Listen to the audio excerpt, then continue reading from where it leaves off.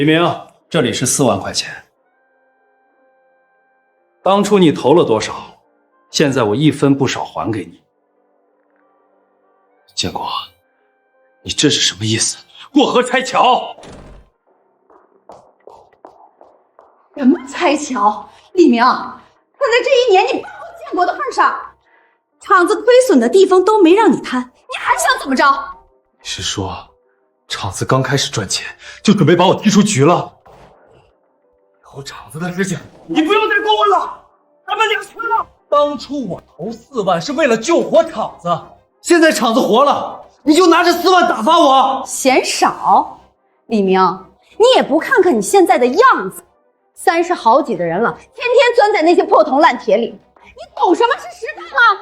现在是智能化时代，咱们厂新招的小张是明华大学毕业，会编程会设计，一个人能顶你3个。你这种过时的老零件早就该被淘汰。老零件？没有我这个老零件，这厂子的生产线现在还是堆废铁。行了，李明，我承认厂子前半年你确实做了不少事儿，但后半年呢？你除了坐办公室就是找人喝酒，厂子里的事情你一点都不过问。生产跟不上的时候，是建国亲自上厂子加班，你呢，出个差住酒店，让我们2口子天天加班。李明，前半年你确实帮了不少忙，但是后半年可全部都是我在用命扛。你就投了4万块钱，玩了半年，什么活都不干，年底还想要分走1半的利润，天底下哪有这么好的事儿？我什么活都不干。你干什么了？你不就上半年下过车间一段时间吗？我告诉你，工人是建国招的，生产线是建国亲自盯着的，厂子是建国撑起来的，不是你。好，我问问你们几句话。这厂子里机械管理部门的审批，是谁一趟趟往省里跑了半个月才办下来的？环保盖章的时候，是谁没日没夜的清理规划了1周才搞定的？第一批工人是谁招出来的？这第一笔账，又是谁跟人家老板喝到后半夜，晕倒在马路边才谈下来的？那又怎么样？你别以为你去省里面跑了几趟腿，带了一段时间工人，就可以坐着分钱。你天天来厂子里，什么活都不干，就想分钱。我看你想的倒是挺美。我来到厂子里什么活都不干，我没有活干，恰巧证明厂子能够正常运转。我在办公间打电话，那全是给厂子拉业绩、拉订单。行了，李明，你不就是眼红厂子里面的分红吗？这样吧，今年的分红我给你1%，这4万块钱你拿回去，就当你之前的投资我还给你了。建国，当年可是你走投无路来求我的。李明，我实在是走投无路了，我吃不起饭了，老婆都要跟我离婚了，你帮帮我吧。好兄弟，我帮你。正好，我有个建厂的路子，我出钱和技术，你出力，咱们一起做大做强。李明，你想好了，这可是你攒了好几年的血汗钱。李明，这可是你攒了好几年的。没事儿，我出钱，你出力，咱们一起把厂子做起来。日子好了以后，利润对半分。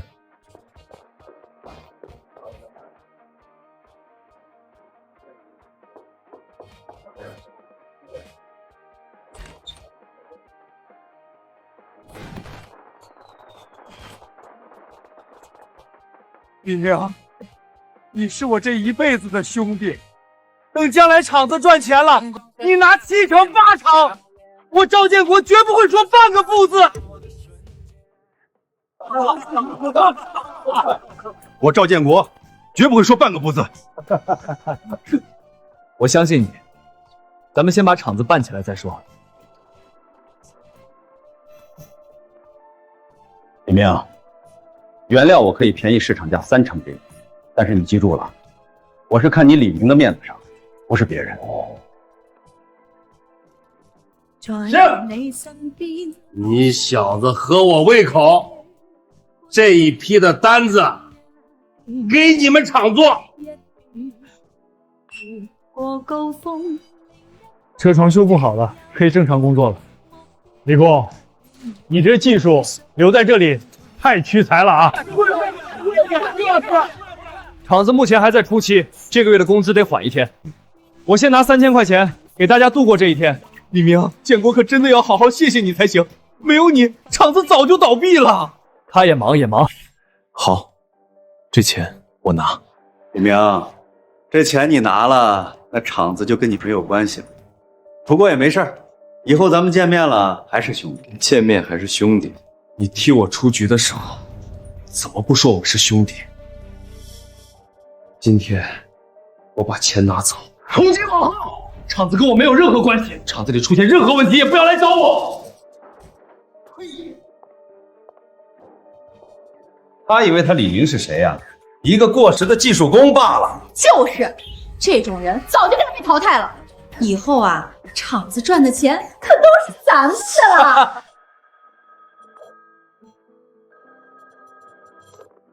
我听李明说他不在你那儿干了，那以后钢材原料的30%折扣就没有了。什么？林总，咱们这1年来的合作都是优惠30%的呀！我告诉你，赵建国，我优惠30%是看在李明的面子上，不是看你赵建国。赵建国，你以为你踢出去的是一个可有可无的螺丝钉？你错了，你拔掉的是厂子这台巨大机器的心脏。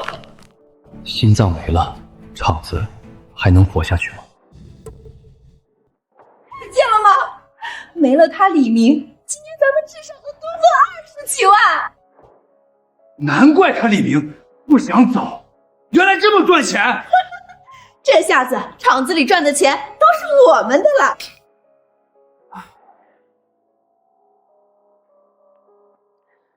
可是，林老板那边不给30%优惠的话，我们成本就上去了呀。你傻呀！现在你是创新机械厂的大老板，你去和他谈不就行了？林老板，昨天的事情您别放在心上，咱们的合作还是和去年一样。一样。我昨天已经告诉你了，我给你优惠30%，是看在李明的面子上。你要是想要继续从我这儿进原材料，就按照原价买，而且是现钱现货。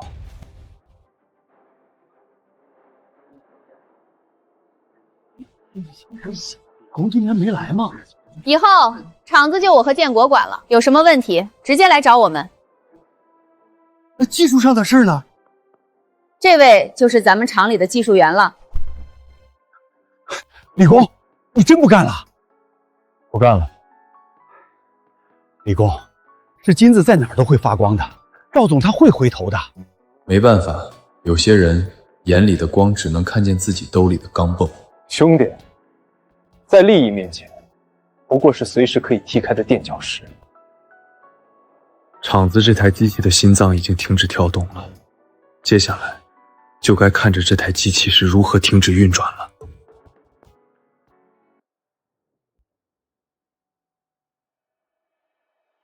看见了吧？少了他李明一个，咱们的厂子不照样赚，而且效率还更高了。现在，你知道李明他为什么不愿意放手了吧？没想到小张真的能让厂子产量上去。那是，也不看看小张是谁招进来的，人家可是大学生，机械专业的。生产线速度怎么快了这么多？这样的话，产量虽然上去了，但是良品率也下去了。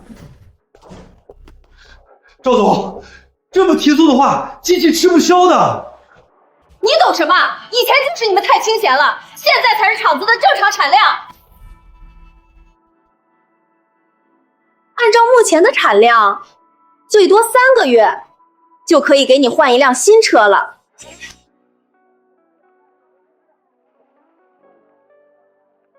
李明，你真不管厂子了？人家夫妻俩看我不顺眼，我也没有办法。以后原料的事情就不是我来和你谈了。王老板，以后订单就不是我来跟你谈。李明，只要你点头，我可以招你入我们工厂做总工程师。不用了，这1年我很累了，想歇歇。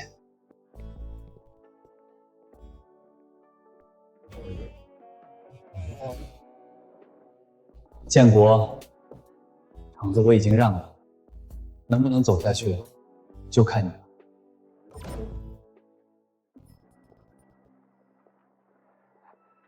我说过了，现钱现结，否则刚才原料不会卖你。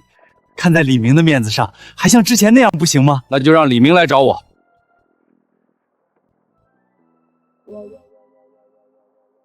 没了他林老板，咱们厂子还能就开不下去了。这么多材料供应厂，还缺他一个。再说了，他那个价我可打听过，比别的供应厂要多1倍呢。谁知道是不是李明在里面吃回扣？难怪他不愿意撒手。不过这原材料咱们去哪儿弄？弄不来的话，厂子就要停产了。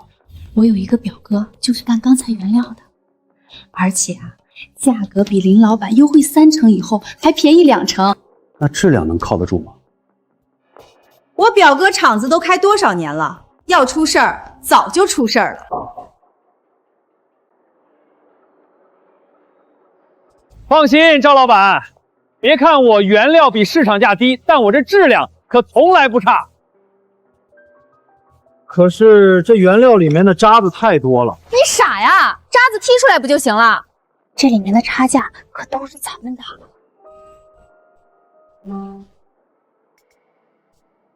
表哥，就定你这里了。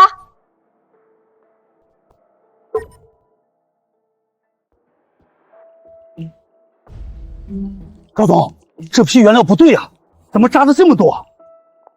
渣子多，你们就不会剔除一下吗？我给你们发工资就是白养你们的吗？原料渣子多，就会影响咱们的机器，到时候指不定出现什么乱子。我就不信了，一点渣子还能让机器出问题？我看你们就是闲出毛病了。以前活太轻松，现在多剔几颗渣子就要死要活。赵总，您怎么说？看什么看？干活！好，干活！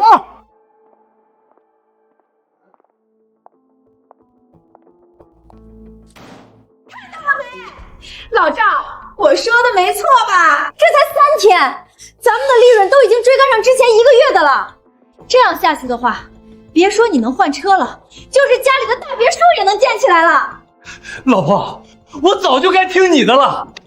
要是早听你的，咱们家早就住进大别墅了。那是，也不看看你老婆是谁。之前我还真心认为他李明是为了我好，谁知道这里面能有这么大的利润。我早就说了，他指不定从里面吃了多少回扣了，要不然我那天拿走4万块钱能这么干脆？谁呀？不知道要敲门吗？赵总，不好了，机器出故障了。什么？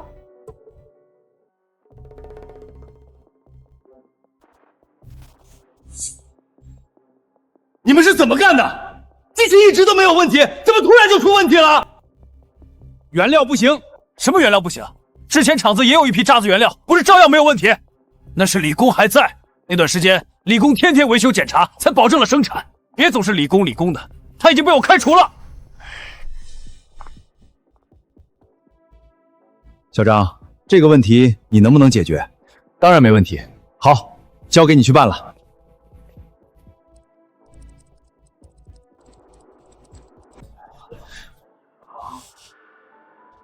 好了，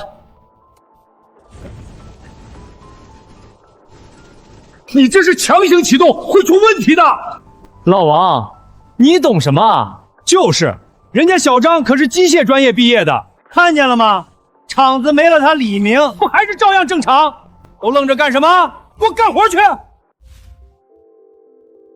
师，这次真的感谢您。我们机械工程的问题排查了足足3天，要不是您指点，怕是要更耗费时间了。举手之劳。改天我亲自请您吃饭，当面道谢。好。不是所有人都像赵建国夫妇那样只顾利益不顾人情，估计这会儿厂子里应该已经乱起来了。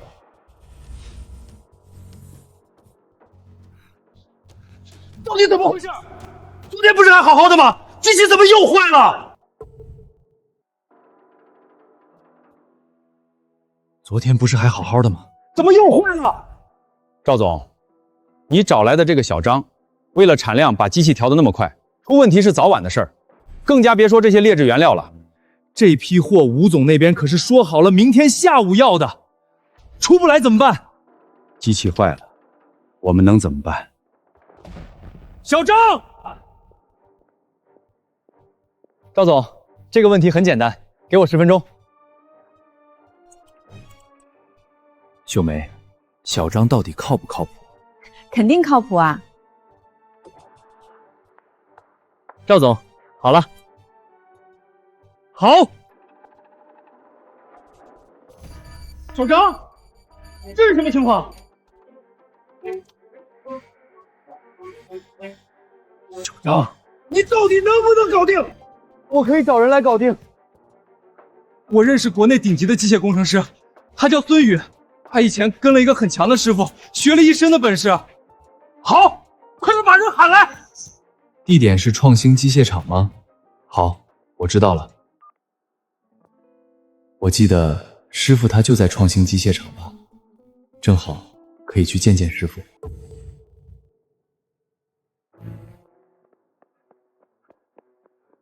李工，厂里出大事了！怎么了？从昨天开始，厂里所有的生产线全都出现了故障，现在全都停摆了。今天下午赵总说还有一批货要交给吴总，上午要是修不好的话，肯定是交不上去了。李工，要不你来帮忙修理一下吧？你们都干什么呢？上班的点不上班，在这里干什么？张姐，你就低个头认个错，让李工来修吧，不然咱们今天又生产不了东西。我认错，我有什么错？他李明拿回扣的时候怎么不认错？他天天在厂子里躺办公间的时候怎么不认错？我告诉你，今天会有一位顶尖的工程师过来给咱们厂解决问题。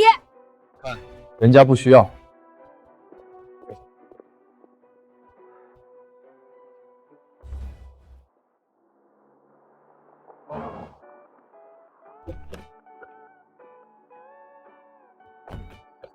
这里就是师傅家的厂子，果然是师傅的厂子。师傅喜欢在保养过的机器上做上记号。这机器之前明明保养的很好，是不是从这周开始才出的问题？技术工是不是换了？喊你来是修机器的，不是来听你教训人的。这机器只有一个人能修。是谁？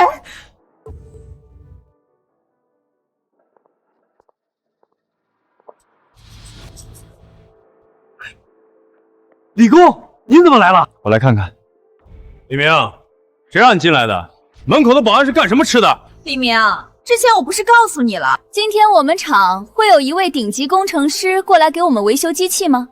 你来凑什么热闹？哦，我知道了，你是想要来偷学技术的，对不对？李明啊，我知道你对这机械方面的东西感兴趣，但是我们请来的可是顶尖工程师，人家的技术可不会外传给你一个普通机修工的。小张，你快点去门口看看，孙宇工程师喊的人来没来？不用了，我现在要好好的考虑，要不要给你们厂子修机器了。李明，你配给人家孙宇工程师打招呼吗？我知道了，肯定是你来了，让孙宇工程师不高兴了。孙宇工程师，你别跟李明这种小人一般计较。小人？你说李明是小人？你说李明是小人？对啊。孙宇工程师，您之前是不知道啊，在您来之前，他李明可是坑了咱们厂子里不少的原料回扣。坑回扣？对呀，不仅如此，后半年他在厂子里几乎玩了半年，天天来厂子里，什么活也不干。我什么活都不干。若我要是天天有活干，那这厂子还生不生产？那我不管，你就是没干活，没干活还要拿分成，天底下哪有这么好的事儿？孙宇工程师，您大人不计小人过，别跟他李明一般见识。再说了，他李明已经被我开除了，不是厂子里的人了。什么？这是真的吗？是的，这个厂子已经跟我没有任何关系了。听到了吧？厂子跟他已经没有任何关系了。好啊，既然如此的话，那这机器的故障你另请高明吧，我修不了。为什么？什么修不了？师傅，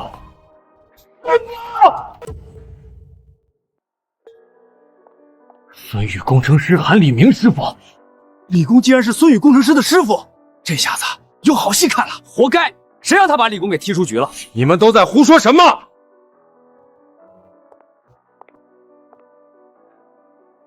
孙宇工程师，您没开玩笑吧？你看看他李明，他这邋遢的样子，怎么可能是你的师傅？看人不看外表，我们组有许多不懂的地方，有时候还会请教李老师。结果，你们厂子居然把李工给开了，难怪你们厂子现在停产，真是活该！你胡说什么呢你？我胡说，这厂子里的机器在1周之前都被保养得非常好，每一台机器上面的零件还有参数和调控，我都看见了保养的痕迹。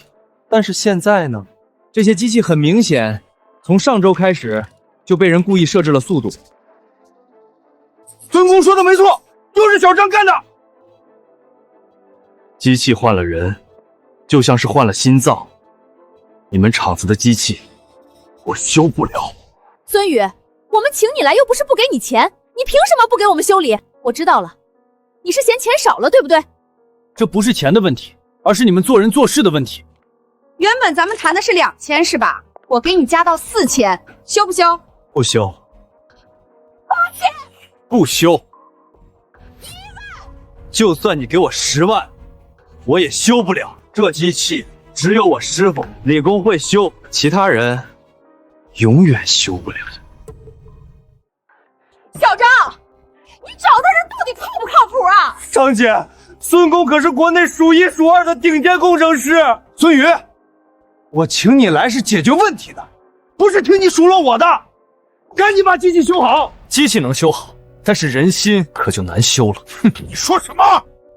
我师傅的事情我也知道一点。当初我师傅放弃了跟着我们工程小队的机会，来到这里跟你一起建厂。上半年李工为了你们的事情可没少掏钱，他给你们厂子上的全是国内最顶尖的机械工艺，结果你们为了厂子的分红就把李工给踹了。你们还是人吗？你别说的我们像小人一样。这1年来，我们家建国下过多少次车间，多少次零件产不出来，都是我们家建国在加班，大部分工人也是我们家建国招来的。我们家建国在厂子里忙前忙后的时候，他李明还不知道在哪里偷懒快活呢。偷懒？有一次李工在外地谈生意，醉倒在路边，都没有打电话给你们，因为他怕麻烦你们。后来要不是我当时正好打电话给李工，李工指不定会出什么意外。那是我让他喝那么多的，不能喝就别喝，装什么装？他不喝，你们厂子哪来的单子？我就不信，少了他一个李明，我这厂子还没单子了。算了，都过去了，厂子的事情已经跟我无关了。听说你来了，来尝尝我自己酿的。好，李工，我们走。我们走吧，我就不信，一个破机器而已，你们还修不好了。李工，那机器都是你亲自调试，精度都是你一刀一刀车出来的，甚至有许多零部件都是你自己花钱从国外进口来的，你真的舍得让他们乱搞吗？赵建国2口子已经把我踢出局了，后面的路他们怎么走，机器怎么调试，我不会过问。小张，你到底能不能修好？查出问题了，是设备结构老化造成的，必须要换新的设备才行。什么？换新设备？现在换设备哪里来得及？吴总那批货下午就要了啊！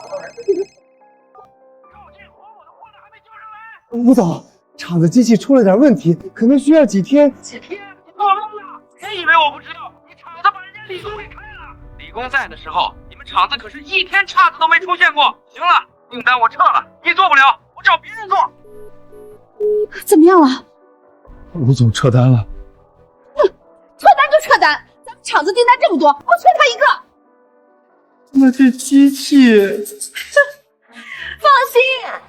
我表哥那边有路子，这种生产机器，他那边能搞来，价格还低。你听我的，厂子肯定能恢复之前的产能。老王，你看，这质量太差了。赵总，你看看，用这新购买的机器生产出来的零件，质量太差了，这已经不符合理工定下来的合格标准了。老王，你别老是理工的，李明他已经被开除了，他定的标准已经不能用了。现在这台机器生产出来的就是新的标准。赵总，这零件出去，万一要是出问题，砸的可是咱们创新机械厂的招牌。就是一个小零件而已，能有什么问题？建国，用了新机器后，咱们把成本又压下去了2成。2成？照这么下去，别说3个月了，怕是下个月就能给你换豪车了。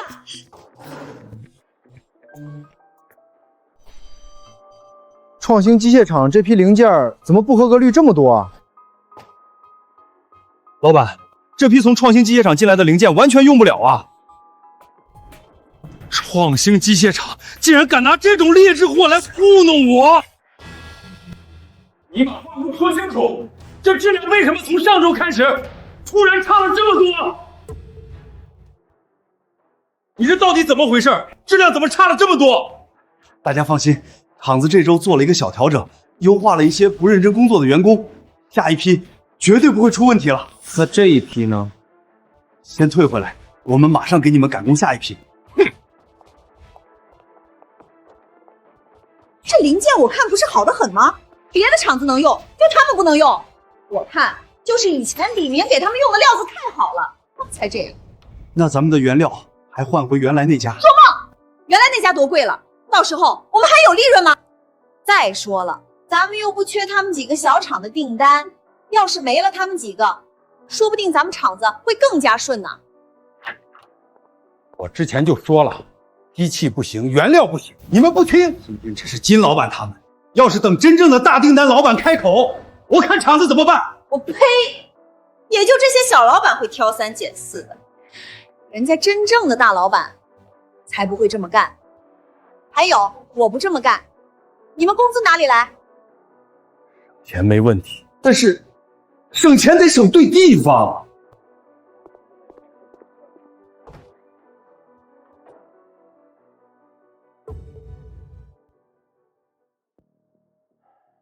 今天算是看出来了，建国厂子里面的原料还有设备全换了。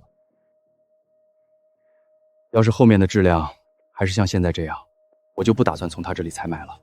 可是这样不就断了建国厂子的活路了吗？哼，活路不是咱们断的，是他自己断的。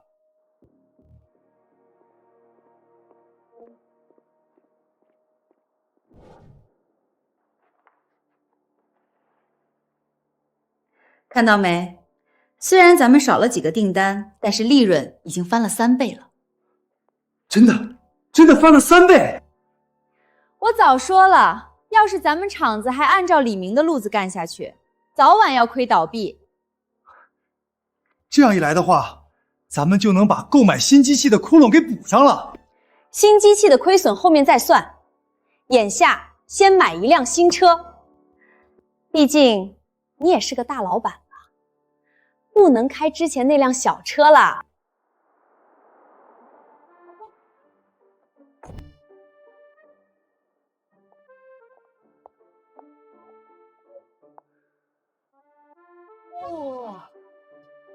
老板，你这是赚到大钱了啊！没办法，厂子靠我撑起来的，眼下只能说赚到了一点小钱而已。某些人说厂子没了他赚不起来。我呸！看见没？我家建国都开上大奔了。怎么样，李明？建国，车是好车，可这厂子是靠车撑起来的，还是靠招牌撑起来的？你自己好好想想。车能买回来，可信任呢？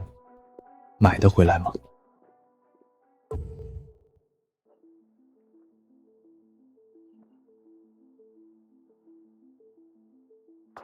我算是看出来了，李工一走，建国的厂子就彻底不想好了。以后的零件就不从创兴机械厂购买了。金老板，什么事儿发这么大火？王老板，你自己看看。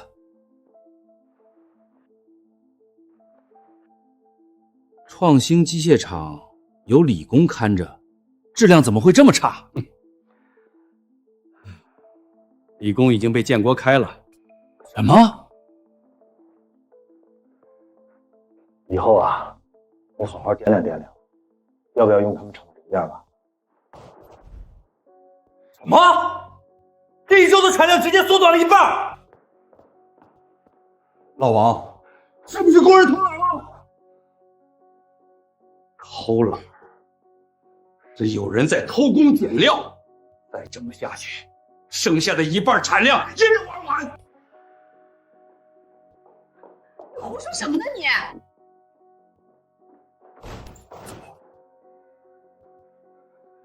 完了，产量下来了一半，车子的贷款下个月就还不上了。什么？莫老板和金老板那边的单子呢？他们已经把单子全撤走了。撤走了也好，他们那点订单量，咱们厂子半天就做完了。建国啊，我这边急需一批零件，数量是20万件，还是老样子。云总，您放心，我这边马上安排生产。对了，这批货还是让李工给我盯紧了啊。好嘞，云总，没问题。老婆，李明都让我们给开了，还怎么盯货呀？你傻呀，让小张盯着不就行了？再说了，这零件都长一个样，他能分辨出是好是坏？人家小张可是专业毕业的，修理技术可能差点，但是把控质量方面肯定没问题，不然人家咋毕的业？这可是20万件的大单子，正好咱那车不是还差20万的贷款吗？咱们就从这单子身上赚回来。我们目前一个零件只能赚6毛，20万件也才12万，还差8万呢。你傻呀？原料我又找到了一家更便宜的，能找回来2毛钱。然后咱们再把一些次品填充进去，不就把剩下的2毛钱找上来了？那样云总那边会不会发现？发现怕什么？谁家厂子出去的零件敢保证100%都是好的？况且人家大老板那么大的量，不会在意这些细节的。我这给你省下来的可都是真金白银啊！好，就按你说的办。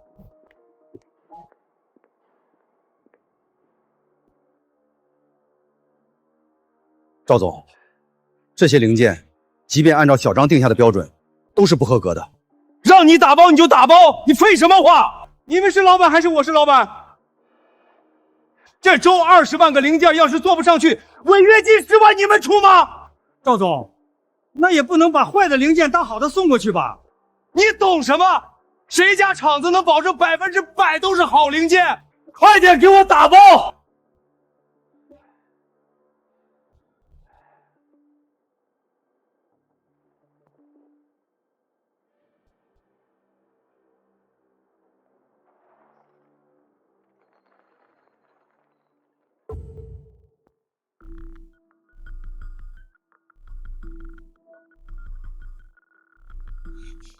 云老板，这批货根本用不了啊！20万件货，折算下来，顶多只有2万件勉强能用，其他的不是质量有问题，就是硬度不达标。什么？建国他到底在搞什么？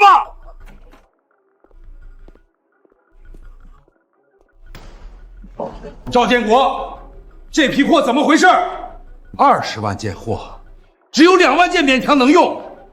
合格率甚至不到1/10。什么？这怎么可能？我们都是按照以前的标准生产的。赵建国，这批货你们李工到底盯没盯？云老板，是不是你们厂子的要求太高了？别人家的厂子也没有说只有1/10的零件能用。我要求太高，我给你们的要求可是行业内的基本准则。你们要是这点质量都搞不定，以后咱们的生意就不做了。于老板，下一批我们绝对给你合格的产品。不做就不做，我们厂子这么大，还差你一个。好，你们记住了。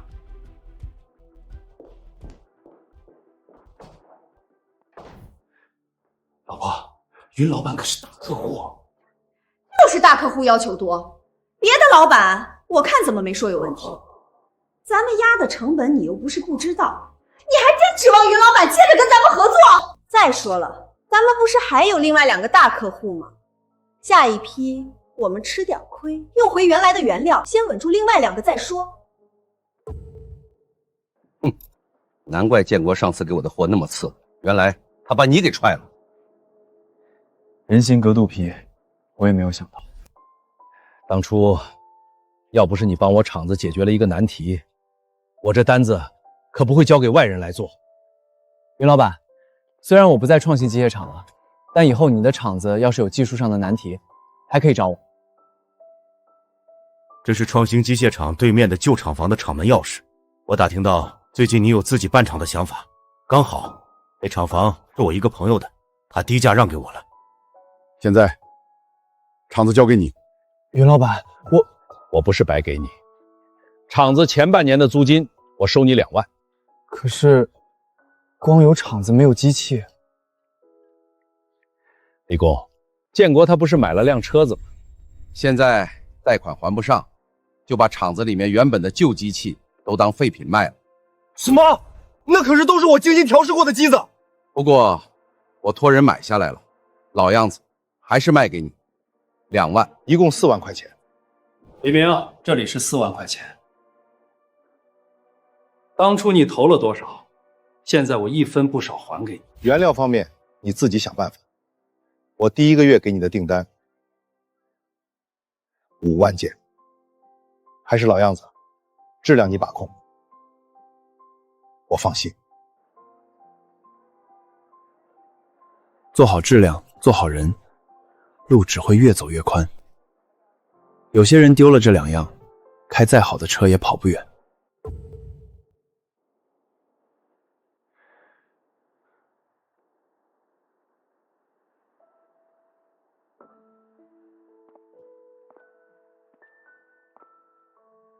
有场地，有设备，只要搞定原料，云老板那边5万件的单子，1个月的时间可以拿下。我都说了，吃不了。你们要买原料就拿现金，不然就去别家买。林老板，您看以前咱们厂子都是可以从您这里拿货的。以前那是看在你们厂子李工的面子上。我想不明白，李工给你们厂子又是拉单子的，又是干技工的，你们还把他给踢了？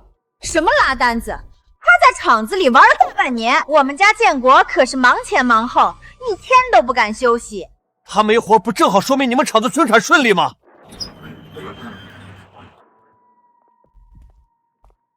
林老板，有些话跟某些人说是听不进去的。李明，难道我说的还有错了？李明，你来干什么？来钢材原料厂，当然是买原料了。李明啊，开厂和当工人可是2回事儿。这厂你开得明白吗？就是不当家不知柴米贵，厂子里所有的地方都要钱。别以为你盘了个破厂子，就也能自己开厂了。林老板，我想要一批钢材原料。人家林老板可是要收现钱的，你有吗你？好，李工，我给你。什么？林老板，这事儿你做的就不对了吧？凭什么给李明？李明他有现金吗？我没有现金。听到了吧？他没有现金。李工，是你的话，第1个月烧给你。还是老规矩，原料价格的话，还是低于市场价30%。什么？凭什么？凭什么他来就能赊，他来就能低于市场价30%？凭什么？凭良心。我差点忘记了，良心这东西，你们夫妻俩没有。你说什么？李工，我们去签合同。还一个林老板，你以为咱们厂子没他的原料就不行了？原料厂那么多，怎么不缺他一个？什么？这点原料你卖我3500一吨？我这原料质量可都是最顶级的，3500一吨都是给你算上优惠了。平常的时候我都卖3800一吨。老婆，这怎么办？3500一吨，比林强那边都多200块呢。慌什么？人家刘老板这里可以先付一半，赊一半。咱们先把厂里剩下的2个大单子稳住，之后咱们产量上来了，跟人家谈不也有底气了吗？这样能行吗？这事你听我的，准能行。这些我都要了。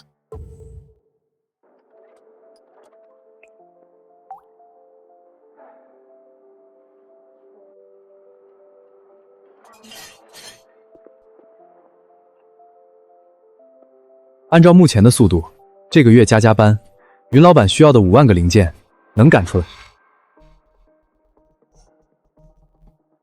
不是都已经用一样的原料了吗？怎么出来零件质量还是这么差？原料是回来了，但是质量标准必须要按照理工设定的来。按照理工设定的标准，那生产1000件的话，能有多少能用？预估1000件里面能用的只有200个。什么？80%的不合格率？老王，你懂什么？李明的要求是他自己乱定的，难怪之前你们出不来产量，老是要加班。这怎么办？要是按照李明之前设定的要求来生产，就算加班也完不成单子啊！建国，我看你是糊涂了，这零件本来就是有损耗的。按照李明之前的要求，你难道还想要人家一个零件用上3年5年的吗？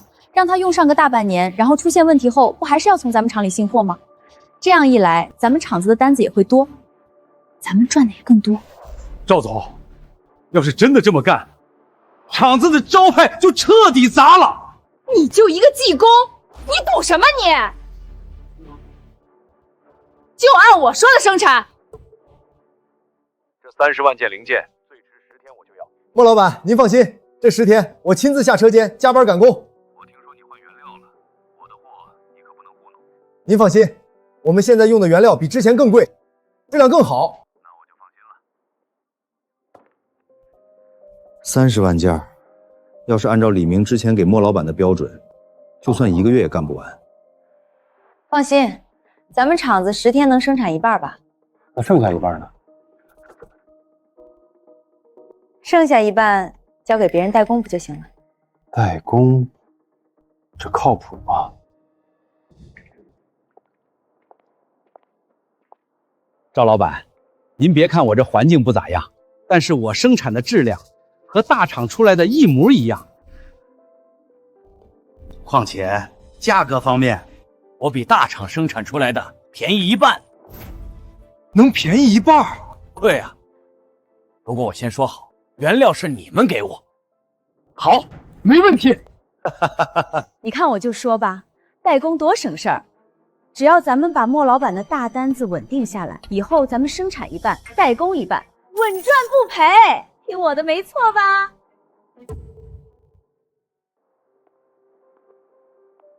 莫老板，30万件，一个不差。辛苦建国了啊！不辛苦，不辛苦。我们家建国啊，这10天可是天天都在跟厂里的工人加班，就连工人都看不下去了，让我们家建国好好休息休息。可我们家建国说，莫老板的单子不敢耽搁。好，等我验完这堆货，就给你们打尾款。好嘞！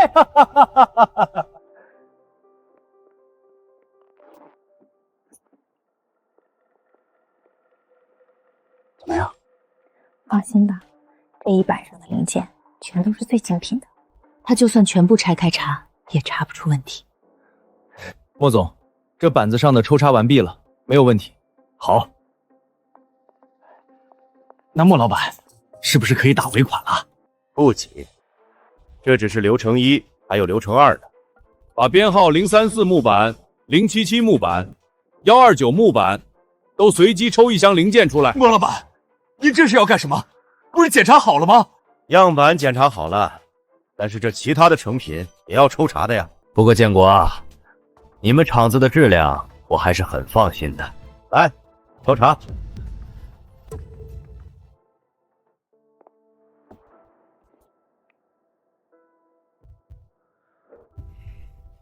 建国，你这是怎么了？怎么出了这么多汗？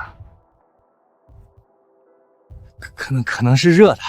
我这厂子里的温度可是23度，怎么可能会热？可能是我们家建国最近天天加班加的。等检查完了，你们家建国就可以好好的休息一段时间了。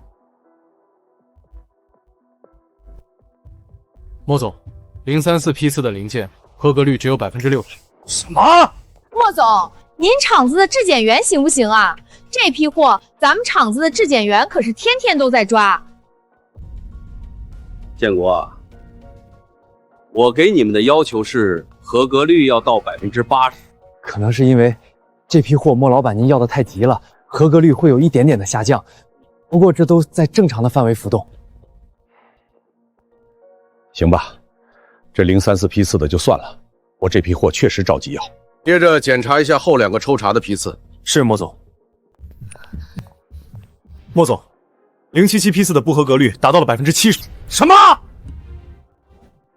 建国，这到底是怎么回事？应该是工人不小心装错箱子了。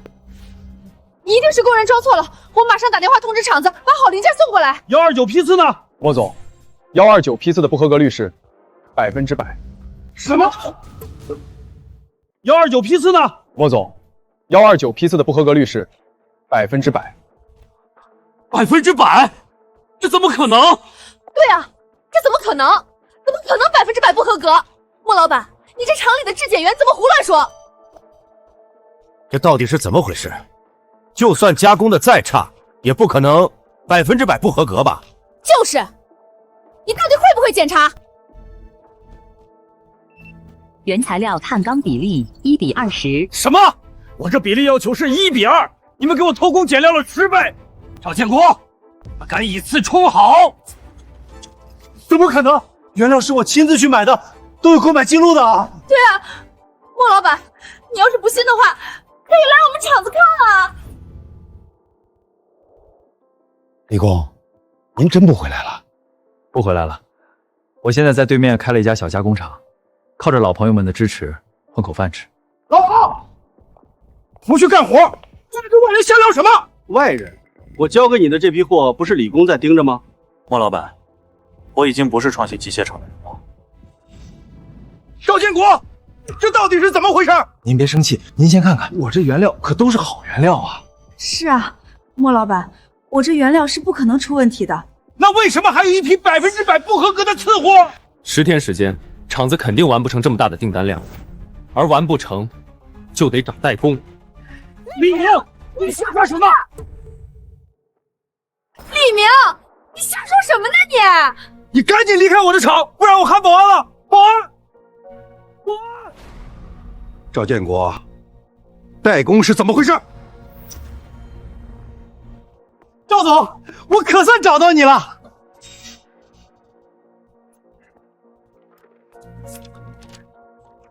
上次帮你给莫老板代工的单子，你尾款还没结呢。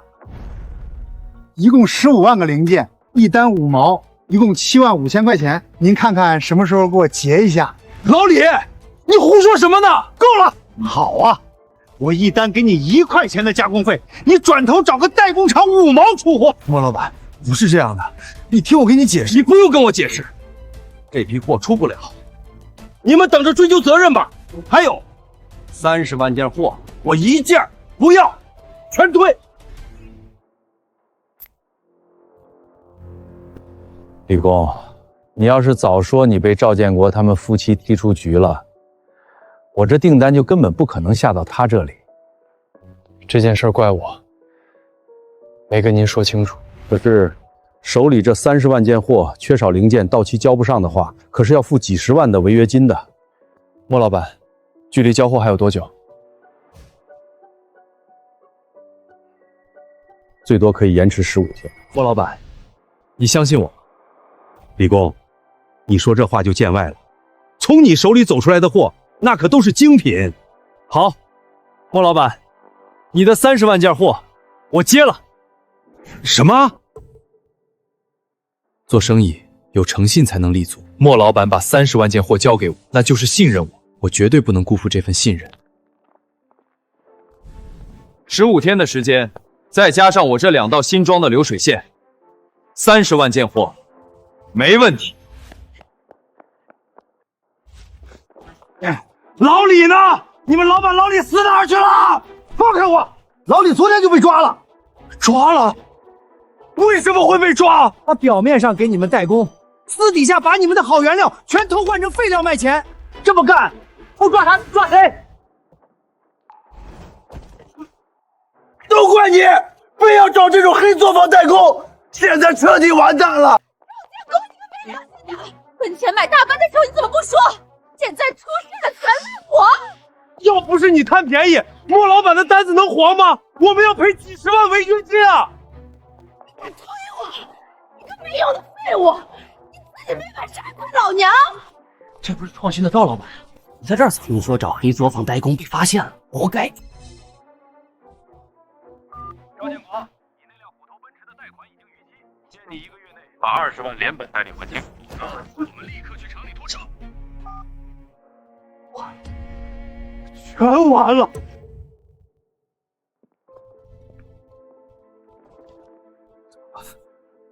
怎么办？莫老板的违约金，银行的车贷，全完了。喂，谁啊？是创兴机械厂的赵总吗？我是方氏集团的方德海。方老板，你好，你好，我老公在，他在。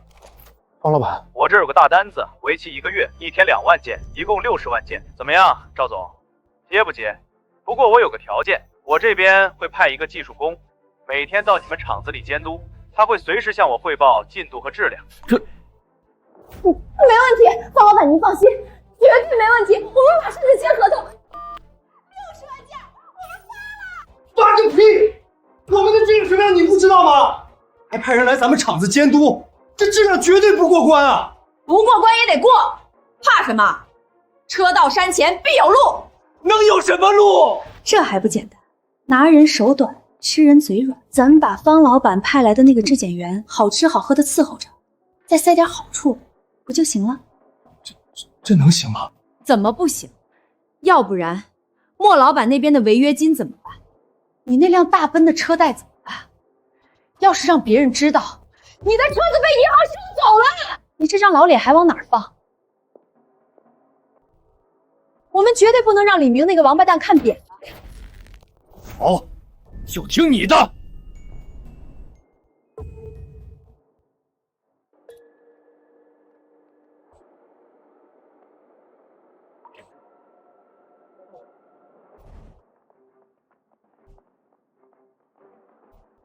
李工，你放心，这3个人是我厂里技术最硬的骨干，绝对信得过。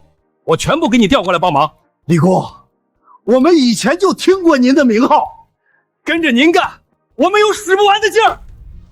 好，多谢莫老板雪中送炭。有这几位兄弟在，你放心，15天内30万件精品货物，我绝对给你1件不少的赶出来。有你李工这句话，我就彻底放心了。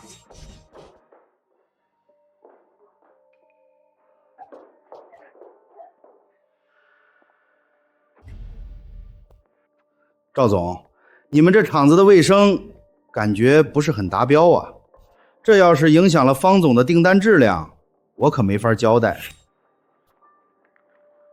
高老哥，您说的太对了，我们马上整改，立刻让人把这里打扫得一尘不染。就是，高主任您快请坐。建国，你还愣着干什么？还不快把咱们特意给高主任准备的宝贝拿出来！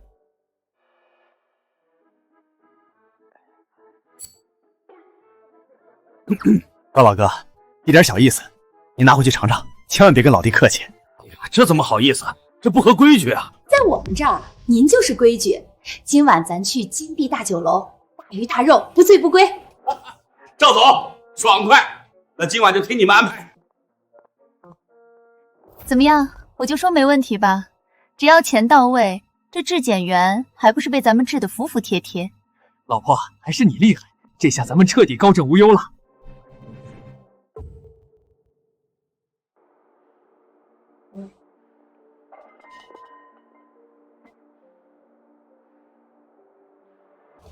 这是什么玩意儿？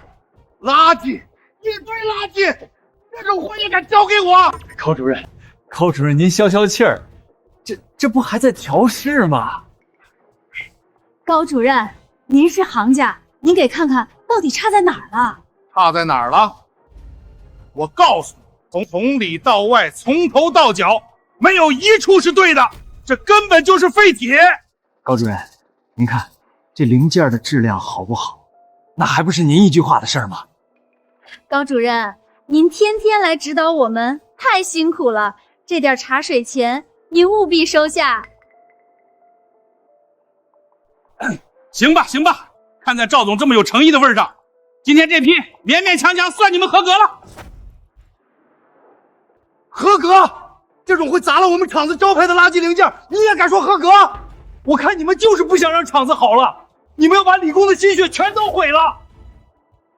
这谁呀？老王，你给我闭嘴！这里有你说话的份吗？不想干就给我滚蛋！赵总，你也别生气，我看这位老师傅说的也对，质量问题嘛，确实要管一管。高主任，高主任，您看您说这话就见外了不是？晚上还是昨天那个老地方，还是昨天的规格，怎么样？这还差不多，你比你手下这帮工人懂事多了。完了，这厂子失去了理工，早晚要倒了。我老弟，我跟你说，我那60万件的大订单已经交给创新机械厂了。创新啊，方老哥，创新确实是个老厂子，不过我听说他们最近技术骨干走了，这质量把关上你可得多留个心眼啊。我已经派了我厂子里的质检员高大海驻扎在他们厂里了。高主任自然是尽职的，但有些生产上的猫腻，外人很难看出来。方老哥，稳妥起见，还是防着点好。行了行了，看你谨慎的，不过你说的也不无道理。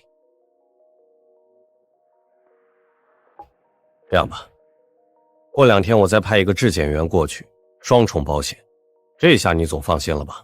有双重保险，那就万无一失了。来，喝酒。兄弟们，都停一下，休息休息。天热，都吃根冰棒，别中暑了。吃完休息1个小时，咱们再开工。李工，你真是太好了，跟着你干活，浑身都是劲儿。就是上哪找这么好的老板去？咱们拼了命也得把活干好。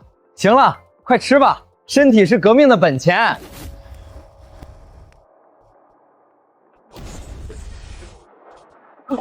都愣着干什么？等死吗？快点给我干活！赵总，我们我什么我？这批零件要是出不来，我扣光你们所有人的工资，一个子都别想拿到。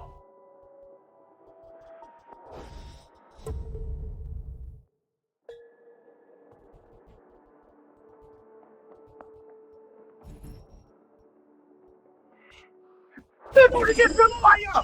垃圾，一堆垃圾，怎么质量比昨天还差呀？赵总，你昨天为了赶工，又把机器的速度调快了2档。这机器它不是铁打的，速度越快，出来的东西就越糙，这都是常识。那怎么办？方氏集团60万件的大单子就在眼前，这可怎么办？嚷嚷什么？天塌下来了，老样子，找人代工不就行了？代工？你忘了上次莫老板那单子是怎么黄的了吗？差点赔死。那次是找了个黑作坊，这次我们找个正规的。眼下是先把这60万件订单吃下去，不然车贷拿什么还？方氏的单子要是飞了，李明那个混蛋不得在对面笑死我们？行，就按你说的办。什么？孙师傅，1件8毛？你疯了吧？咱们以前合作不都是说好的1件6毛吗？你怎么突然多收2毛？你这是抢钱！6毛，那是给李工的面子。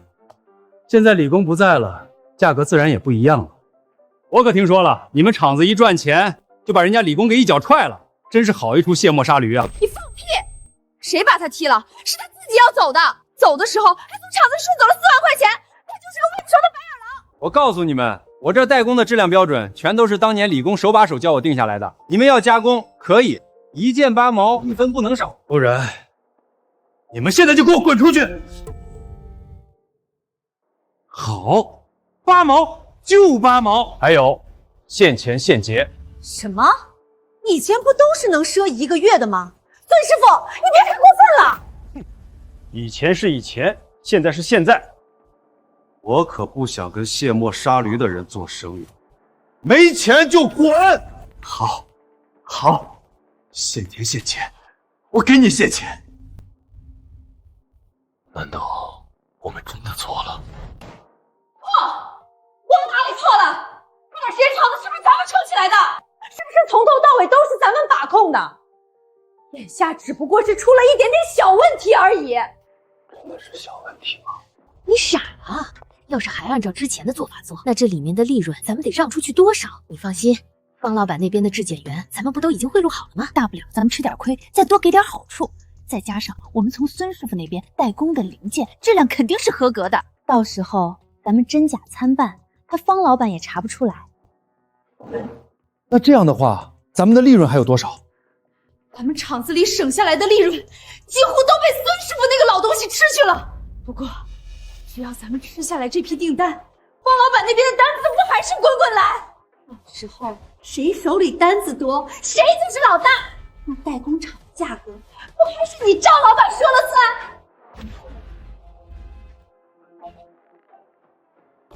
好，听你的。跟着李工干就是爽，兄弟们，干了！敞开吃，管够。王哥，这日子没法过了，天天挨骂还扣工资，我快憋疯了。李工，算我老王求您了，您回去吧。赵建国那个畜生天天逼着我们造假，厂子马上就要被他彻底搞垮了。老王，创新机械厂早就跟我没关系，可那是您的心血，您就眼睁睁看着他死吗？错，厂子缺的从来不是技术，也不是机器，他缺的是良心，是规矩。赵建国两口子眼里只有钱，连做人的底线都扔了。他要是死咬着不改，距离厂子倒闭也就是这几天的事儿。那我们怎么办？我们这帮老骨头，难道要跟着他赵建国一起陪葬吗？李工，我们不干了，我们能跟着您干吗？我李明今天把话放在这儿，只要你们在创新干不下去了，我诚信机械厂的大门永远向你们敞开。15万，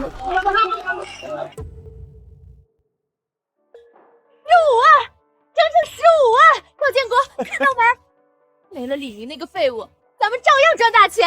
太好了，马上把这钱拿去还车贷。我看谁还敢收我的大奔，谁敢看扁我赵建国？会，还完车贷，咱们开着大奔去李明那破工厂转2圈。老婆，剩下的20万个零件，马上断了孙师傅那边的代工，1分钱都不给外人赚，全靠咱们自己生产。到时候就把咱们自己造的次品掺进去，利润全都是咱们的。撑死胆大的，饿死胆小的。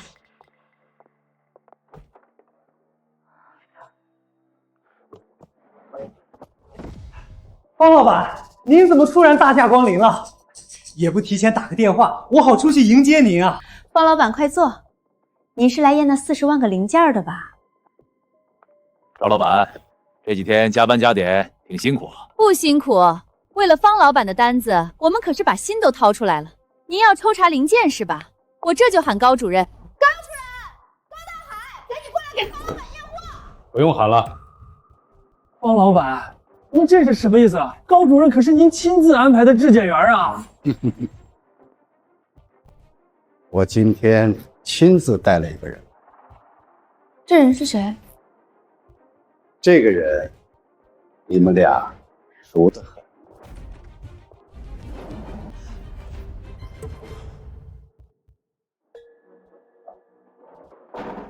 李明，怎么是你这个废物？你这个被开除的垃圾，谁允许你进来的？滚出去！放肆！许工，是我亲自请来的质检总监。你们让他滚，是不是连我也要一起赶走？天哪！李工被方老板请来，成为了这批货的质检总监。赵建国这下踢到钢板了。什么？方老板，他只是个臭机修工，您怎么能让他来当质检？怎么？你们两个这么害怕干什么？之前在电话里，你们不是拍着胸脯保证你们厂的质量绝对没有问题？现在你们在怕什么？方老板，我们没怕呀，真的没怕。我们创新之前跟您合作了那么多次，质量您也是有目共睹的，您最清楚啊。之前有李工在，我自然放心。业内谁不知道李工的质量要求最严格？不过现在看着你们这副鬼样子，我需要好好考虑与你们创新的合作了。方老板，您派去创新的高主任，这些天天天在会所花天酒地，他把控的质量，您得好好掂量掂量。还有那个真正抓质量的李工，他早就被赵建国夫妻俩踢出厂子了，现在人家自己开了新厂。什么？竟然有这种事！快，把李工的电话给我。李工，走吧，咱们去车间开始抽查，就按你之前的标准来检查。好，听好了，如果这批货达不到李工的标准，我立刻撤销所有订单。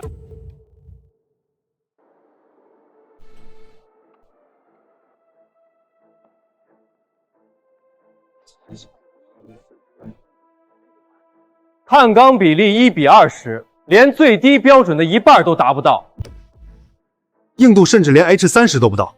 方老板，这批零件一旦装配到大型设备上，3天之内就会彻底崩碎，这根本不是什么合格零件，这是在制造杀人机器。李明，你少在这里血口喷人！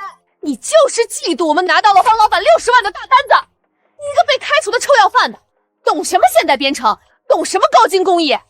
少在这里装模作样的吓唬人！对，方老板，您别听他胡说八道。我们为了这批货，全场加班加点，连眼睛都没合过。他就是因为被我们开除了，心里嫉妒，在这儿故意打击报复。李工说的数值肯定没错，咱们用的是什么劣质原料？赵建国自己心里最清楚。这下看他们怎么收场。就是用垃圾原料还想骗过方老板，这回踢到钢板了吧？李明，看清楚我身上的制服，我才是方氏集团亲自委派的质检部主任。我的专业检测报告上写的清清楚楚，全部合格。你一个连大学都没上过的土气修，也配在这里质疑我的专业性？高大海，做人得有底线。你身为质检主任，真以为这种工业垃圾能瞒天过海？笑话！我的数据是经过精密仪器检测出来的，凭什么听你一个外人瞎叫唤？方老板，李明这完全是在挑拨离间，他想借机砸了创新的牌子，好让他的小作坊上位。给我闭嘴！高大海，你确定这批货没有任何质量问题？方老板，如果这批货有问题，我立刻卷铺盖走人，这辈子都不进机检行。高大海，你还在嘴硬？那我们一起来听听这个你跟赵建国他们夫妇的通话内容。高主任，这卡里是10万块，您收好。建国老哥放心，只要我高大海在，创新送来的垃圾也能变成金子。哎呦，高主任，以后咱们发财的机会多着呢，干杯！方老板，我一时糊涂，是他们，是赵建国和张秀梅设局勾引我的，我是无辜的。高大海，你被开除了，方氏集团的法务已经在路上了，你准备去坐牢吧。高大海，你这个王八蛋，收了钱不办事儿，你把10万块钱还给我们，还钱！恶人自有恶人磨，用垃圾原料以次充好，真以为没人能查到？就是开除李工，重用啥都不懂的外行人，这下创新彻底完蛋了。赵建国，方氏集团撤回所有订单，你们不仅拿不到1分钱，还要赔偿2倍违约金。3天内不付清，就等着法院拍卖查封吧。咱完了，我的大奔，我的60万大单啊！天啊，这日子没法过了！李明，都是你害的，你这个扫把星，是你毁了我们创新。我说过，你们拔掉的是厂子这台机器的心脏，车能买回来，信任买不回来。李明，你这个扫把星，你害得我们厂子没了订单，还要赔偿双倍违约金。张秀梅，从你们把我踢出局的那天起，创兴机械厂的死活就跟我没有任何关系。李明，你少在这装好人！要不是你带方老板来，我们怎么会暴露？赵建国，你以前总觉得我天天在办公室喝茶，什么活都不干。但我告诉你，质量这东西，从来不是靠机器连轴运转出来的，而是靠人心里的一杆秤。机器坏了，我李明能修，但你们夫妻俩的人心坏了，神仙也救不了。李明，你少在这装好人！你们无药可救。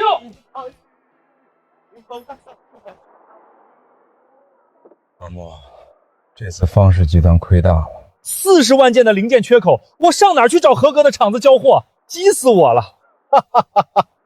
老方，你这是骑着驴找驴，这不，正主就在对面呢。方老板，这是我们厂的标准件，你亲自验验。这比创新最好的时候还要好上3成，这才是真正的工艺。怎么样，老方？我就说理工的质量是这个。理工，这60万件的合同我签了，立刻签。赵建国，属于我的东西，我一样一样拿回来，而这是个开始。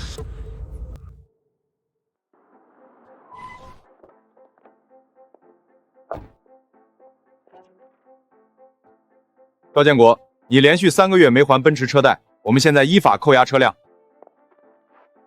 放屁！这是我们的车，谁敢动一下试试？我看谁敢动！这是我的车，你们这是抢劫！滚开！立刻给我滚！业主抗法，申请协助，拖车，立刻强行吊装。哟，赵大老板，新买的奔驰怎么坐上拖车了？这是要拉去展览吗？什么大老板？原来是欠钱不还的无赖啊！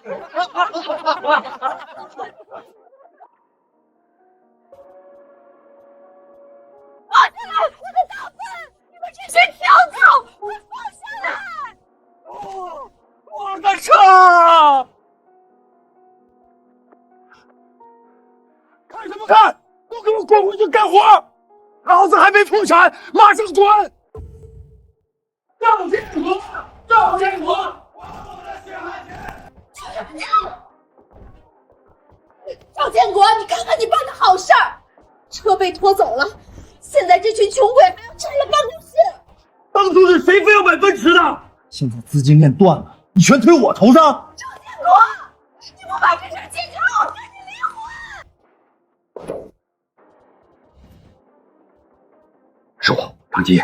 表哥，你怎么从窗户进来了？废话，门口围了10来个工人，个个拿着铁锹。听着，我是来给你们送救命钱的。表哥，快借我10万，先把门外的人打发走。借钱？我给你们牵了一条大线。这是富贵外贸的海外订单，10万件精密零件。当场给20万现金支票当预付款。20万？真的？件票即对，签了字儿，钱就是你们的。10万件，咱们厂合格率连2成不到。你看违约条款，质量不合格要赔10倍，200万啊，表哥，把我们砸碎了也赔不起。你这个没出息的怂货！你再不签，外面的人就能把你撕碎了。200万怎么了？那是海外客户，懂个屁！拿到这20万，我们不仅能发工资，还能租一辆跑车，还能去李明厂门口狠狠压他一头。可是万一被查出来，我们就彻底破产坐牢啊！怕什么？表面做的漂亮点儿，里面掺次品，他们怎么看得出来？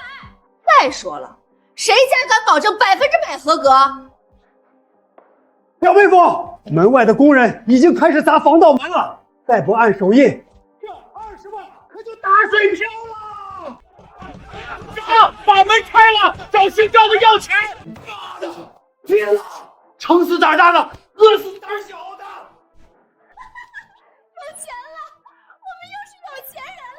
合作愉快，祝你们东山再起。李明，你给我等着，有了这笔钱，我马上就能东山再起。我一定要把你的诚信厂彻底击垮。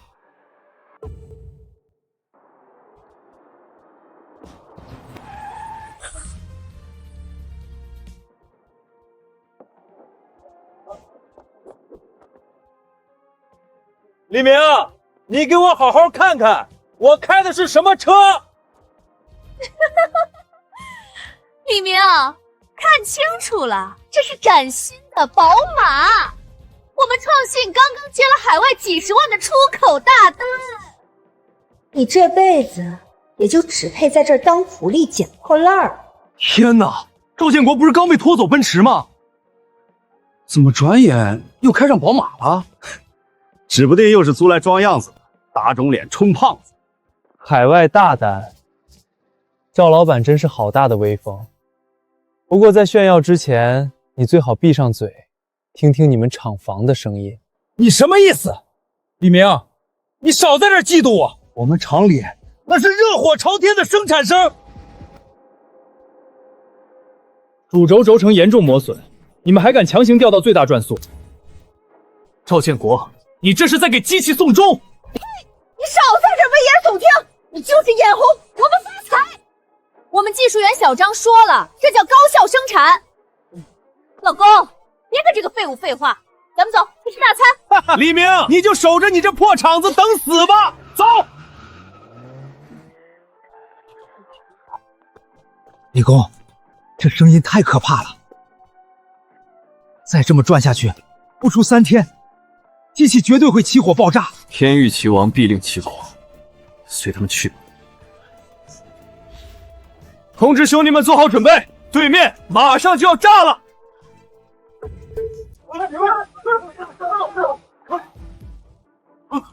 这不关我的事儿，机器自己突然着火的，我什么都不知道。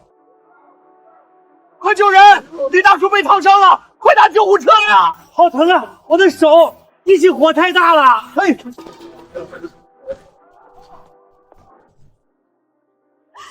老板，求求你救救我当家的，他的手都要废了，快给我们垫付点医药费去医院吧。是他自己笨手笨脚弄伤的，凭什么管我们要钱？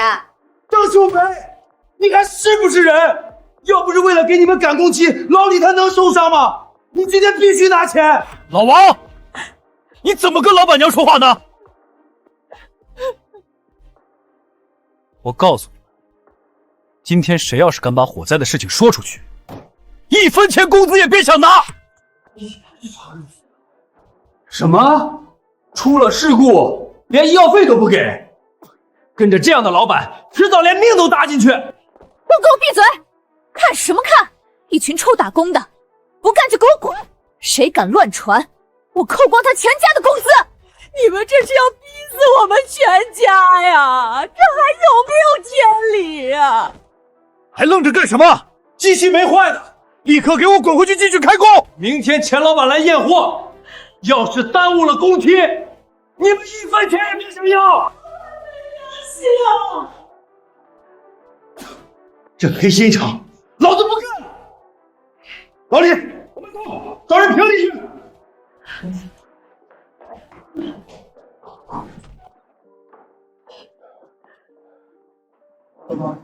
李工，创兴出大事了，机器起火，赵建国他们不给医药费，还逼着工人们继续开工。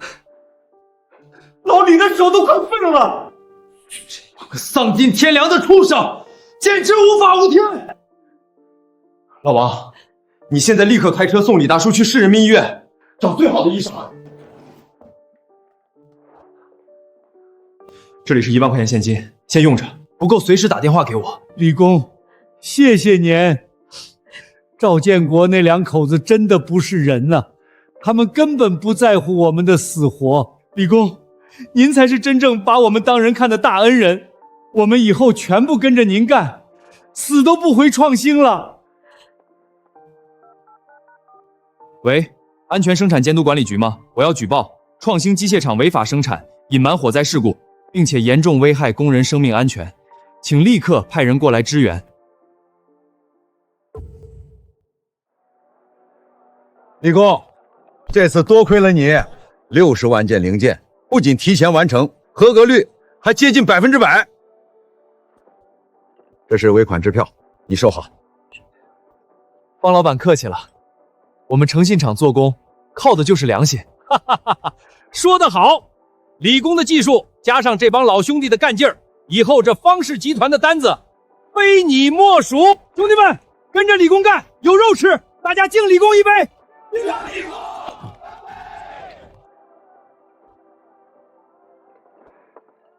李工，你瞧对面创新厂，昨晚折腾了一宿灭火，今天大门紧闭，估计是要彻底完蛋了。多行不义必自毙，他们用劣质原料强行开高转速，不出事儿才怪。咱们喝咱们的，不用管他们。好。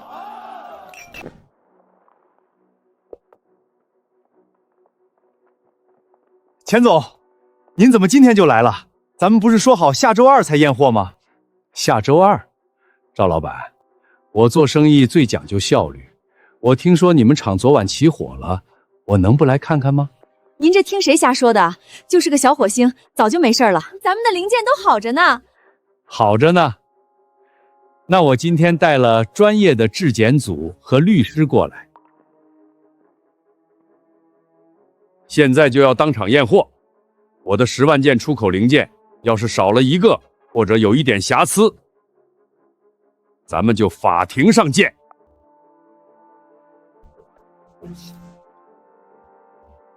钱总，今天太仓促了，要不咱们先去吃个饭，喝杯茶？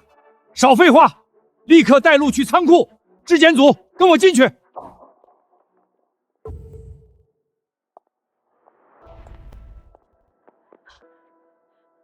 看，这是我们的商业机密，你们没有权利看，滚出去，都给我滚出去！商业机密，我是买方，我没权利验货。律师，告诉他妨碍验货的后果。张女士，根据合同第3条，买方有权随时抽检货物，如果您强行阻拦，我们将视作您方单方面违约，您需要赔偿双倍违约金，共计200万元整。老婆，快让开，别闹了！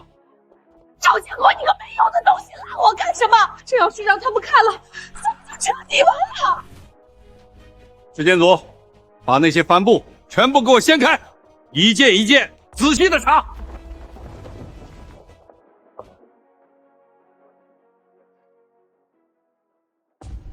赵老板，这就是你给我的出口精品，你拿这堆垃圾来糊弄我！钱总，这是误会，这是昨晚不小心起火熏黑的，质量没问题。对，钱总，这都是底下那帮工人故意捣乱干的，我们根本不知情啊！不知情？你们当我钱富贵是3岁小孩好糊弄？律师，告诉他们后果。根据合同第5条，交货严重不符，需10倍赔偿，请在3天内准备200万现金，否则我们将申请冻结柜场所有资产。200万，你们这是抢钱！我们哪有200万啊！表哥，证据眼睛给我出来！这批原料是你送的，你出来解释啊！别找了，你表哥早就溜了。3天内见不到钱，你们就准备去牢里过下半辈子吧。我们走。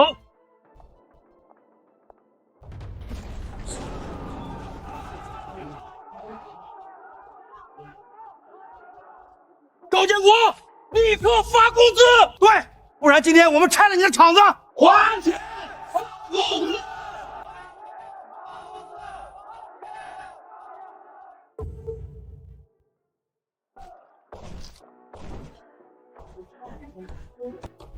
赵建国、张秀梅，滚出来还钱！那是我们的血汗钱！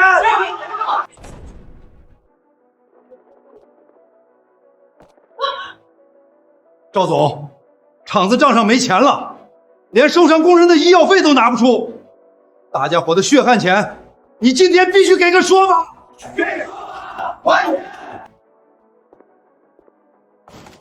吵什么吵？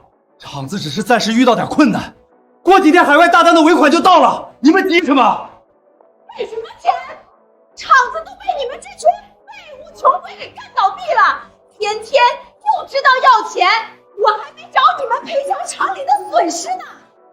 张秀梅，你摸摸你的良心，当初李工在的时候，厂子多红火，是你们贪图便宜换劣质原料，是你们逼着机器超负荷运转，你们到现在还不醒悟吗？李明，你们天天就知道李明，这算个什么东西？你们这群下贱的穷鬼，活该一辈子打工，要钱没有，要命一条，有本事你们打死我啊！没救了，这两个人彻底没救了，创新已经烂到骨子里了。兄弟们，这黑心厂咱们不伺候了，走，去对面诚信厂找李工，李工才是真正拿我们当人看的老板。对，跟老王走，去找李工。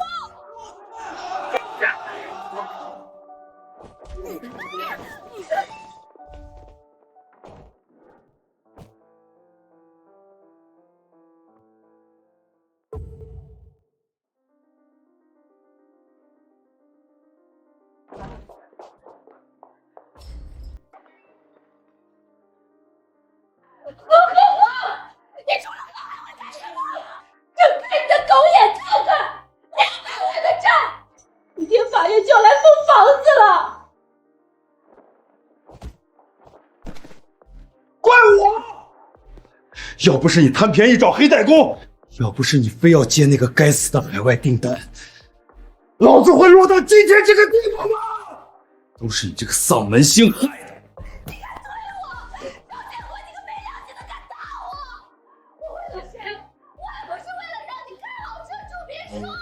个没用的废物，连个厂子都管不好，现在都快起老娘来了！建国，我有办法了，我们还有退路。什么退路？我们连底裤都赔光了，现在谁还能救我们？李明对面的诚信厂现在红火的不得了，他肯定缺地盘，我们把创新厂这个烂摊子卖给他。卖给李明？他又不傻，凭什么接我们这个烂摊子？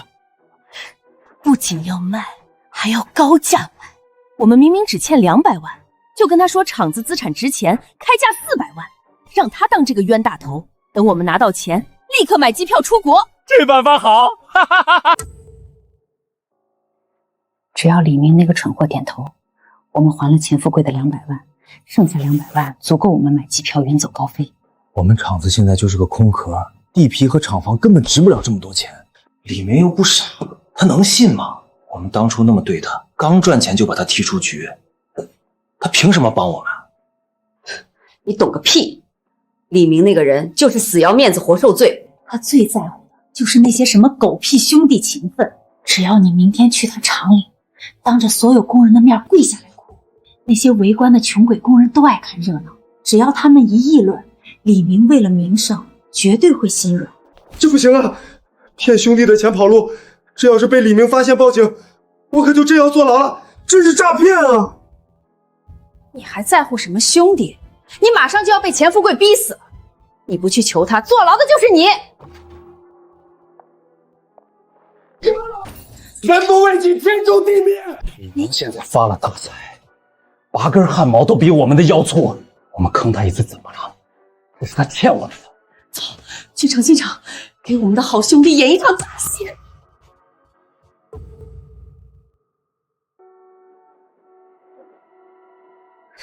天杀的，这些原本都应该是老娘的。李明这个臭秀机器的，凭什么过得这么风光？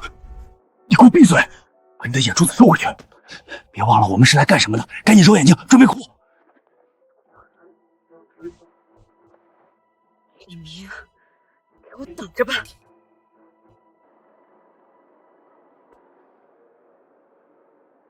李工，按照您改良的这个工艺，这批货的合格率能达到99.9%。李明，我的亲兄弟呀，救命啊！我真的活不下去了。李公，李老板，千错万错都是我们两口子的错，我们被张继业那个畜生给骗惨了。哟，这不是以前开大奔的赵总和赵夫人吗？是啊，他们现在来这里干什么？活该！当初把李工踢出局的时候多威风啊，现在遭报应了吧？赵建国、张秀梅，我们之间的账，在你们用4万块打发我走的那天就已经算清了。你们今天来，又是演哪一出？兄弟，看在当年我求你建厂，咱们同甘共苦的份上，你拉哥哥一把。创新厂的地皮和设备可都是好东西啊！你现在订单这么多，肯定需要扩建，你把创新收购了吧？收购？对，李工，只要你收购了创新，你就是这片最大的老板。那你们打算要多少钱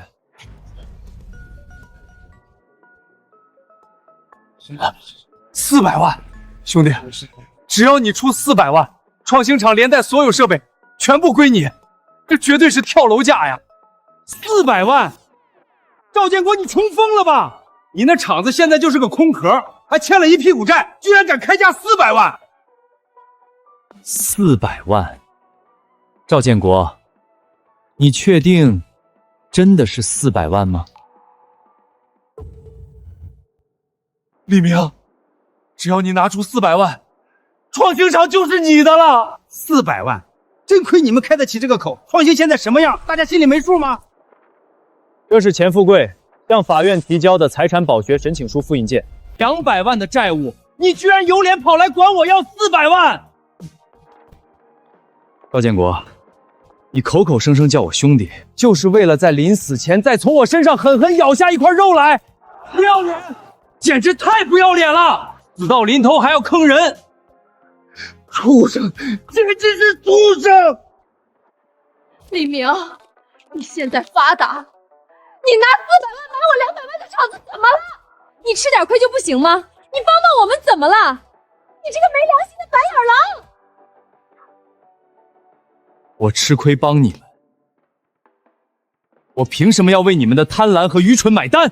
你们把创新搞得乌烟瘴气，机器全毁，工人跑光。现在的创新就是一块一文不值的烂地。把这2个满嘴谎言的骗子给我轰出去！从今往后，谁要是敢放他们进来，直接开除！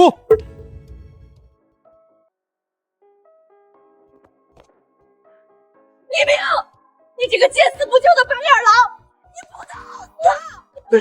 你忘了当初建国是怎么对你的了吗？没有建国，你算个什么东西？兄弟啊，你不能这么绝情，你一定得拉兄弟一把呀！嘿，真不要脸！当初把李工踢走的时候，怎么不想想今天？现在知道叫兄弟了，搞干嘛去了？真是活该！建国怎么对我？你们过河拆桥把我踢出局的时候，怎么不提当年？你们用劣质材料砸了厂子招牌的时候，怎么不提当年？你就是看不得我们好，你就是在报复！你这个小人，你早点钱！赵建国，你摸摸你的良心，你配叫我兄弟吗？我陪客户喝到胃出血拉来的订单，你就用这种质量去对接？你现在的下场，全是你自己贪得无厌，咎由自取！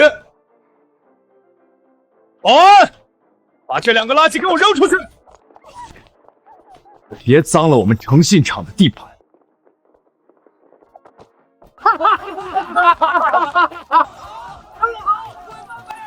赵建国、张秀梅，你们的报应到了！别骂了，兄妹，我们彻底完了。遗忘當天失落的夢見。赵建國，你這個沒用的窩囊廢，爛泥扶不上牆的東西，連個李明你都搞不定。我當初真是瞎了狗眼，怎麼會嫁給你這麼個廢物？你給我閉嘴！我憑什麼閉嘴？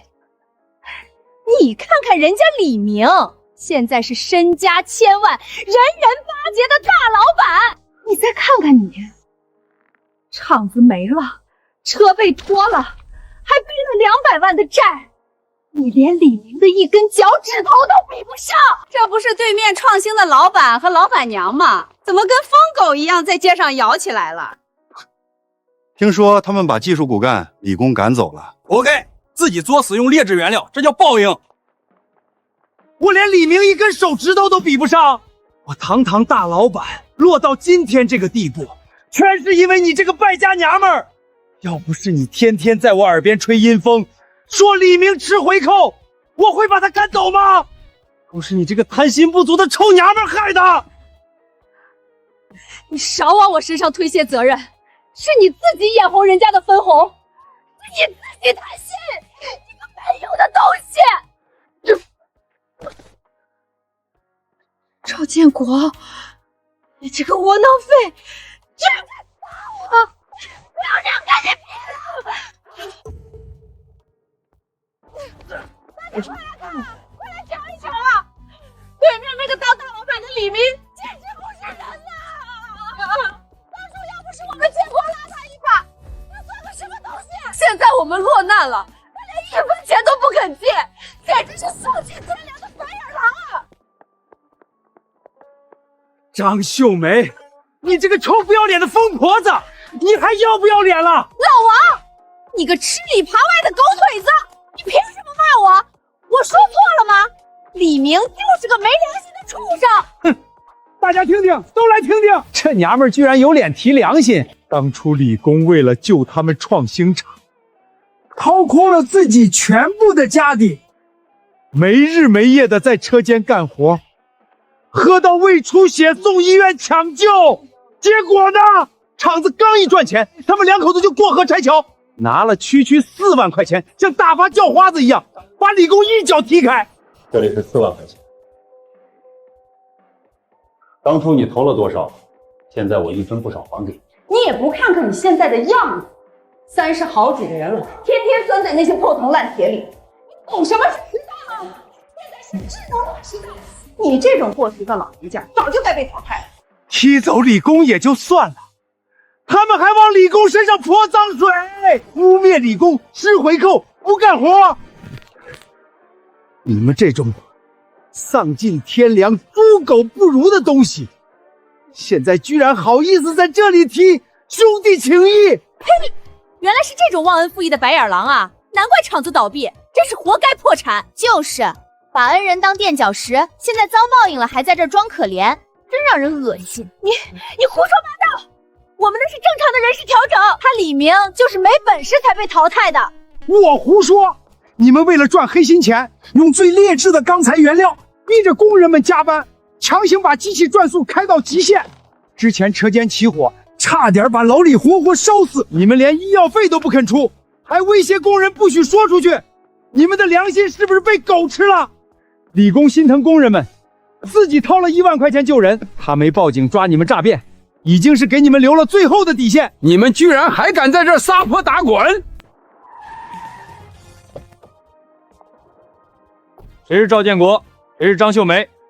赵建国、张秀梅，你们涉嫌合同诈骗以及拒不执行法院判决，现在依法对你们进行传唤，跟我们走一趟吧。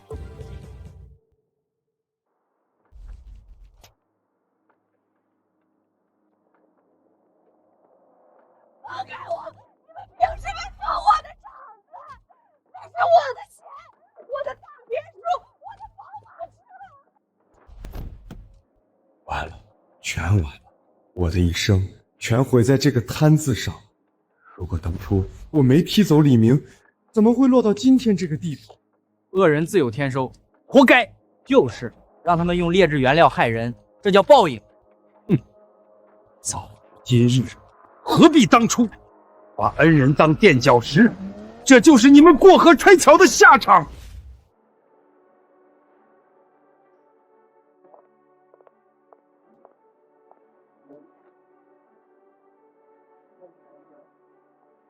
太好了，李工，海外那批100万件的巨额订单，我决定全部交给你了。放眼整个行业，只有你李明的质量才能担得起这份信任。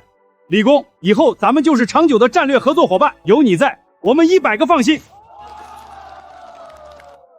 多谢2位老板，兄弟们，咱们诚信厂立足的规矩是什么？大声说出来！做人讲良心，做事讲诚信。